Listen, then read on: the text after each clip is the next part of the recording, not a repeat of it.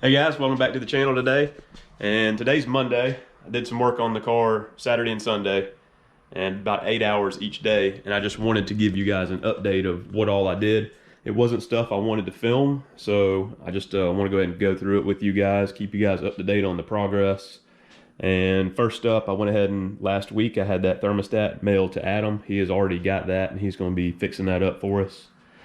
And also, I think one of the last videos we were talking about the brake system, and David came over here Saturday for a little bit, and we messed with the brake some and found a few leaks.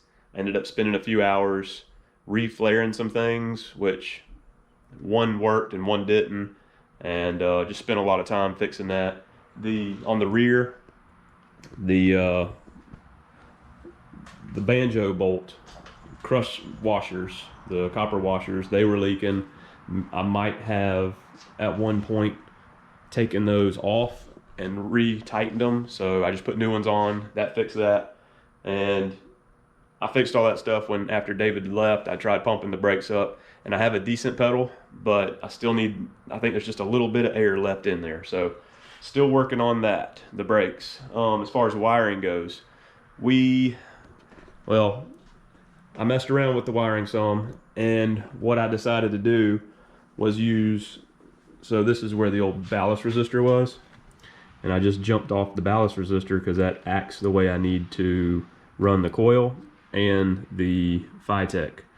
So what it has a key on, and then it also has, when the keys turn to start, it has power, so that's what I needed. The FiTech said you can do that as long as you're not running an MSD box. So it's using the same wire for the positive coil as the trigger wire, the white wire for the FiTech.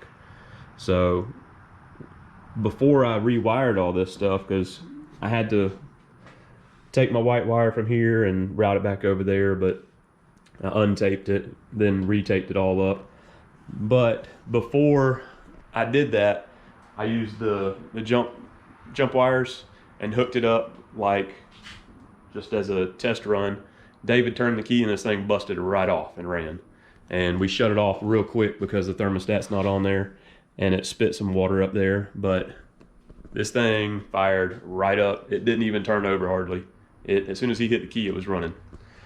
So anyway, that's that.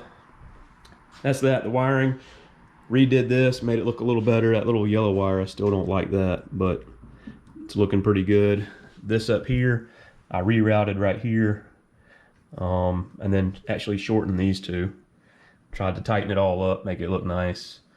The spark plug wires, I've actually decided to change the way I had them routed, like up here, and don't really care for that. So I'm gonna shorten these up, run them just like this and down the valve cover, and have them separated. After doing a little research, having these things too close to each other can cause some issues. So I ordered some new ends, and those will be here hopefully Friday. And then on this side, I'm gonna do the same thing, shorten these up. And I bought, I think it's like 10 foot of heat shield, and it's, I think, half or 3/4 inch, I think it's 1/2 inch diameter. So I just cut sections as I need and slide over these wires. That way these are protected. And also, I did get a new voltage regulator in the mail Sunday, and that guy's right there, already installed him just in case. The other one was actually fine. I think he had some, if you look over here on the back, there's like some cobwebs and stuff. I think that's why I was smoking the other day. But anyway, that thing's, I mean, original. So we want to replace it anyways. Also have a 60 amp alternator. I think originally these had 30s, so that's a little upgrade, and the 30s cause problems. Hopefully the 60 will do what we need.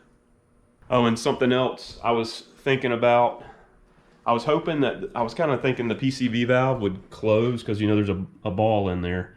I was thinking it would close and keep boost from going into the valve covers and causing some crankcase pressure, but I'm going to go ahead. I ordered a one-way valve to put in here, and that will make sure that we don't get boost going into the crankcase and causing problems. So we're getting really close. Actually bought some shocks. Those are just some stock replacements, Gabriel's. And later on, you know, we can upgrade to some adjustables or whatever, but it's really coming along.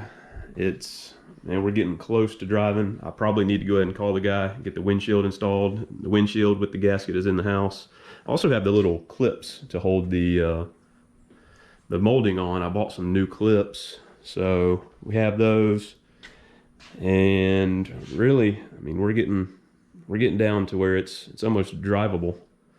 So main issue is those brakes, getting those things bled out.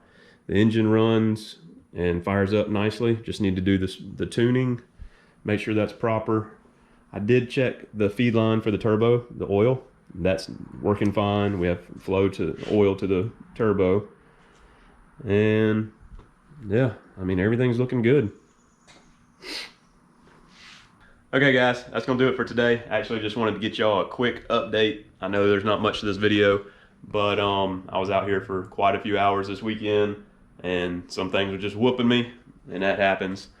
But yeah, I've got parts ordered, and we are real close to getting this thing running. Also, make sure you check out Adam's page, and he'll show the work that he's doing on that that thermostat housing. And yeah, I'm gonna go through, just keep checking my list, ordering parts as I find what I need, and we're almost there. So hope you guys enjoyed this. Stay tuned, because we're gonna be driving this thing soon. See y'all later.